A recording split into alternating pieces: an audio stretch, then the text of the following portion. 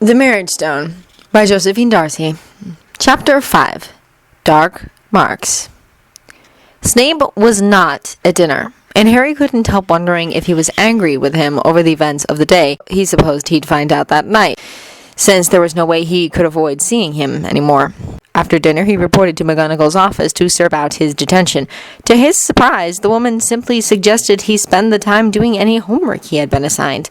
Granted, McGonagall's detentions were never as horrible as Snape's or Filch's, but she usually did assign students some unpleasant task to perform.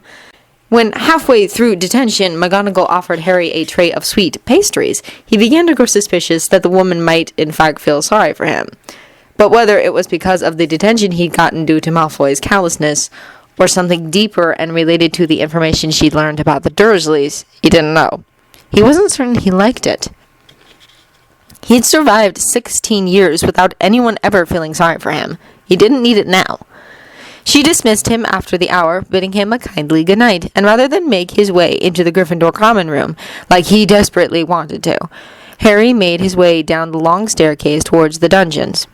Following the path he'd learned the night before, he soon found himself standing in front of the porters of Salazar Slytherin and the large green snake. Both figures smiled at him, nodding in a surprisingly polite manner. "Severus's new bondmate," the snake said to Salazar in Parseltongue. Harry blushed at that. "Pity he's a Gryffindor," Salazar replied back in Parseltongue. "There's nothing wrong with being a Gryffindor," Harry informed them both, also speaking in Parseltongue. Both snake and man were startled by this, and smiled in pleasure. "Most interesting," Salazar remarked. "Better match than I had guessed. May you have a long life together." Harry just blushed again. "El Dorado," he informed them both, and the portrait swung open, letting Harry into the Potion Master's chambers. Stepping inside, he saw Snape sitting by the fire, not reading or drinking, but staring moodily into the flames. Not at all certain what sort of reception to expect, Harry took a couple of hesitant steps towards him. "Professor?" he asked quietly. Snape did not answer him. Despite the fact that neither the point loss nor the detention had been his fault, Harry supposed he was expected to apologize. "I'm sorry about what happened today," he offered quietly. "And what, pray tell, are you apologizing for exactly?" Snape asked in a low, quiet voice. He didn't look up from the fire, and his expression never changed, something that made Harry decidedly nervous. "The fact that the entire wizarding world seems to think I have somehow manipulated their hero into marrying me for the sake of my own good name, or that you would only agree to such a terrible fate to get your hands on my money. Or perhaps you are apologizing for the endless stream of questions and speculations we were both subjected to throughout the entire day, or the looks of loathing and contempt coming from the Gryffindors, or the foul sexual innuendos coming from the Slytherins, or perhaps you wish to apologize for the howler I received in the staff room from Sirius Black, who threatened to do things to me I shan't repeat if I so much as looked at you inappropriately." Okay, Snape had definitely had a worse day than he had. "Actually, I was just going to apologize for the point loss and the detention," he admitted sheepishly. Some emotion flickered across Snape's features, and the man shot him an unreadable look. "Oh," he said simply, and then shrugged. As awkward as that situation was, taking points away from Gryffindor and seeing Malfoy with a split lip were the only moments of pleasure I had all day. Unable to help himself, Harry smiled, which would probably explain my need to apologize for them. For a moment, he almost thought Snape was going to laugh. "I'm sure," he agreed dryly. He winced, suddenly clutching at his left forearm and muttering some curse under his breath. Harry frowned, stepping forward. "What's wrong?" he demanded. "Nothing," Snape bit out between gritted teeth. But now that Harry had seen the woods, he noticed that Snape looked exhausted, his skin paler than normal. "It's Voldemort, isn't it?" Harry stated. "He summoned you." "Hardly matters now, Mr. Potter," Snape reminded him, eyes closed, lips still pinched in pain. His hand had tightened, white knuckle around his forearm, as if trying to squeeze away the mark hidden beneath his robes. "How long has this been going on?" Harry asked. He knew the dark mark grew progressively more painful the longer a summons was ignored. He hadn't bothered to wonder what might happen to Snape, now that he no longer intended to answer the summons. Just how long could Voldemort torture him with it, and how bad would the pain get? "Not your concern, Potter," Snape informed him. Harry could see the struggle the man endured to control the pain he must be experiencing. Actually, it is my concern, Harry informed him, making a decision and kneeling down in front of the man. With his eyes closed, Snape didn't see what he was doing until Harry touched his arm, pushing the sleeve of his robe up to reveal the dark mark. The mark was black as night, and the skin around it was fiery red and swollen. "What are you doing?" Snape demanded, eyes glaring. "This is my fault," Harry told him. Snape snatched his arm away from him. "It's not your fault, Potter. If it wasn't for me, this wouldn't be happening," Harry shouted back at him. "You're right," Snape snarled. "Instead, I'd probably be playing the good little Death Eater and suffering the Cruciatus curse because Voldemort was bored and couldn't find any muggles to torture." "If you're trying to shock me, save your breath," Harry told him, anger boiling inside him. "I've seen what he does, remember? Now just answer the question. How long has this been going on?" "Don't take that tone with me," Snape roared at him. Unable to control himself, Harry reared back and kicked the leg of Snape's chair. "I hate you!" "Good!" Snape shouted back and then bit back a strangled moan of pain as he clamped his hand over the dark mark once again. Despite his rage, the sight of Snape in pain twisted something inside Harry, and he couldn't bear to watch. Drawing his wand in desperation, he summoned Dobby to the room. "Dobby, get the headmaster, please," he told the little elf. "Tell him he needs to come here immediately." "Yes, Harry Potter, I is going immediately," Dobby assured him, vanishing an instant later. "What did you do that for?" Snape asked bitterly. Harry didn't answer. Instead, he simply stood back and waited, watching as Snape squeezed his eyes shut in pain, his fingernails digging into the flesh of his arm as he tried to stop the agony flaring from the mark. Harry felt raw inside, the whole situation seeming unreal. A moment later, he saw the flames of the fire change color as flue powder was mixed with them. Dumbledore stepped out of the fireplace. "Harry, what's wrong?" the old man asked worriedly. Harry just pointed soundlessly towards Snape. Dumbledore took one look at the situation and understood immediately. "Severus, how long has this been going on?" the old man asked, his voice firm and demanding. "A few hours," Snape admitted without hesitation. "Come with me," Dumbledore ordered, reaching out to help the man stand. "I have an idea that might help." Snape went without protesting, and Harry followed them to the door. Dumbledore just smiled gently at him. "Stay here, Harry," he ordered. "We'll be back before too long. You should probably try to get some sleep." Recognizing a dismissal when he heard one, Harry stood back and watched them leave the room. A moment later, he was alone in Snape's chambers. They felt strangely empty without the other man's presence. Not certain what to do with himself, Harry wandered around the rooms, looking at things, his mind elsewhere. Wandering into the bedroom, he noticed a letter waiting for him on the nightstand. Curious as to why it hadn't been delivered to him in the Great Hall, he went to pick it up, recognizing Sirius's handwriting on the envelope. He wondered if it had come the same time Snape's howler had. Opening it eagerly, he read the note his godfather had sent him. "Dear Harry, Dumbledore has informed me of the events of last night, rather than the fiction the papers printed this morning. I am so sorry this has happened. I can't begin to express my remorse that I cannot be there for you, or that I could not prevent the things the Dursleys did to you. I knew they treated you poorly, but I had no idea it had been so bad. If I had, I would have taken you with me that first summer, regardless of the legal risks. At the very least, I would have sent you to live with Remus. Had I not believed you were at least safe with the Dursleys, I would never have left you there. I understand the necessity of the marriage. Dumbledore was right. You cannot risk leaving Hogwarts, and Fudge would get you killed in a matter of days. Of that I have no doubt. But I cannot believe that the most suitable candidate they could find for you was Snape? Why not Hermione or Ron or one of Ron's brothers for that matter? Or what about that girl you liked, Cho something? Rest assured that if Snape does anything to upset or hurt you, I will see that he's punished. Do not let him push you around or upset you in any manner. You have no obligations or loyalties to him no matter what anyone tells you. I'll be coming to visit as soon as I can. Until then, take care of yourself, and if you need anything, send for me or Moony.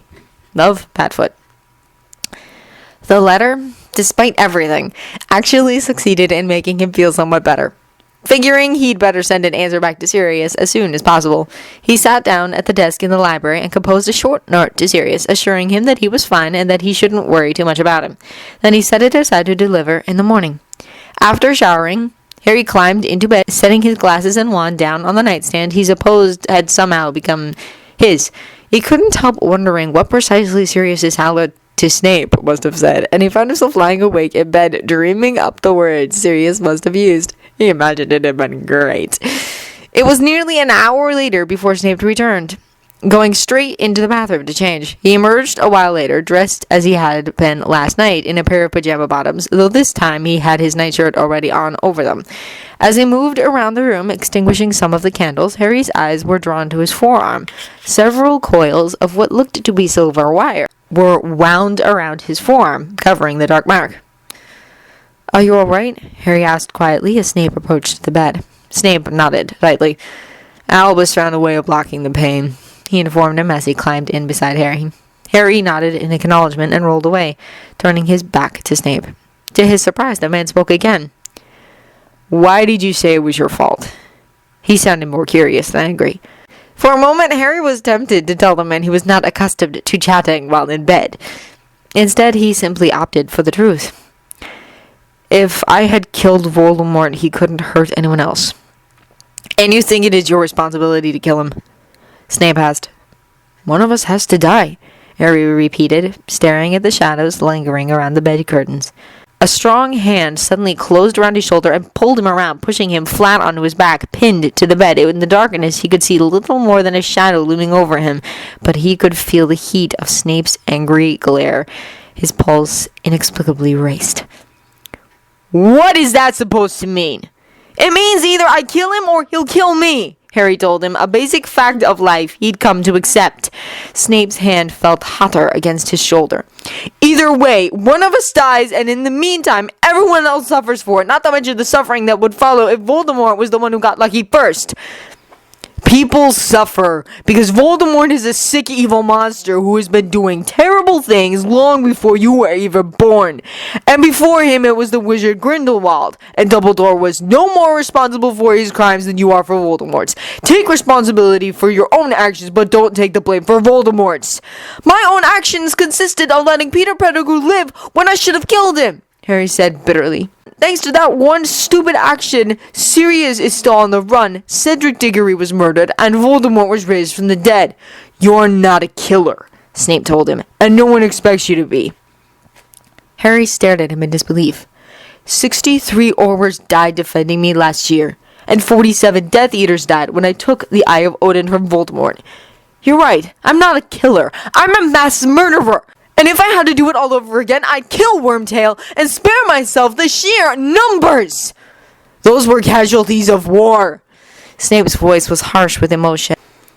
Though which ones, Harry couldn't guess. And you were in no way responsible for any of them. Murder is taking a knife in your own hand and plunging it into someone's living heart. There is a difference. A huge difference. And one I hope you will never know. And even if you had killed Pettigrew, I have no doubt Voldemort would have found someone else to bring him back.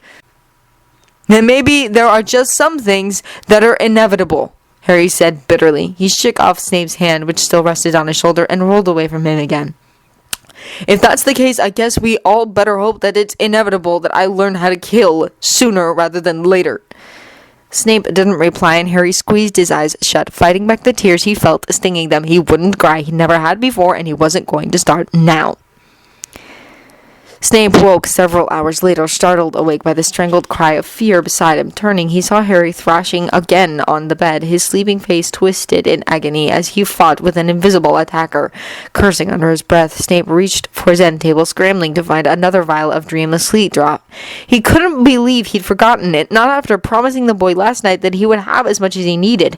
And after the events of the evening and the conversation they had both fallen asleep to, he should have known there would be nightmares forthcoming. Finding the bottle, Snape reached for Harry, shaking him awake, calling his name softly. Once again, the boy flinched away from him, so violently this time that he threw himself out of bed and slid off the side, landing on the cold floor with a muffled oomph. Snape scrambled quickly out of bed himself and made his way around to the boy's side. Sweating and disheveled, but thankfully awake, Harry stared at him in alarm, breath coming in desperate gasps. Not thinking, Snape just caught hold of his shoulders, pried the stopper vial off with his teeth, and held the glass to the boy's lips. "Drink," he commanded. Harry downed the contents without question, making no move to escape his embrace. Once the vial was empty, the boy flushed and looked down in either embarrassment or shame. "I'm sorry," he told the boy. "I had meant to give that to you when you fell asleep." "Not your concern," Harry informed him tightly. repeating back the very words Snape had said to him that evening when the mark on his arm had been burning. Taken aback, Snape was momentarily at a loss for words, wondering if Harry had said those exact words on purpose. Given he was feeling vulnerable and thus defensive, he concluded that he probably had. Clever Gryffindor, he thought to himself, almost saying it out loud and awarding house points. Actually, it is my concern, he said mildly, determined to turn the ruse around. The boy looked up at him in surprise, his eyes narrowing. Can't sleep with you thrashing around like that, Snape explained, pointedly steering the conversation away from any thought of blame or responsibility. Harry snorted in disgusted amusement, shaking his head. Is this where I tell you again that I hate you? If it makes you feel better. Snape agreed. Noticing that the boy had begun shivering, he pulled him to his feet. Back in bed before the potion knocks you out. Harry didn't protest as Severus helped him back into the bed. As Severus climbed in beside him, he noticed the boy's eyes drifting shut, the potion taking effect. What did you dream about, Harry? He asked softly, knowing he was half asleep already. The dead, he answered. It's always the dead. And then he was out like a light, safe in a dreamless slumber. The light from the lone candle Snape had left burning flickered off the silver bands of the wire wrapped around his arm as Severus reached out to touch the scar on Harry's forehead. They both bore their share of scars, he realized. His own might be older and more numerous, but Harry's went far deeper. It really hadn't occurred to him how much they might actually have in common. But the conversation he'd had with Harry before falling asleep had been alarmingly similar to conversations he'd had himself with Albus Dumbledore. Maybe the old man had had a point when he'd pushed them together. Pity they disliked each other so much. He almost wanted to hold Harry in his arms and keep them both safe from the evils of the world. Sighing, he settled down beside his bondmate and watched him sleep, eventually drifting off itself without ever noticing that he still had one hand on the boy's warm shoulder.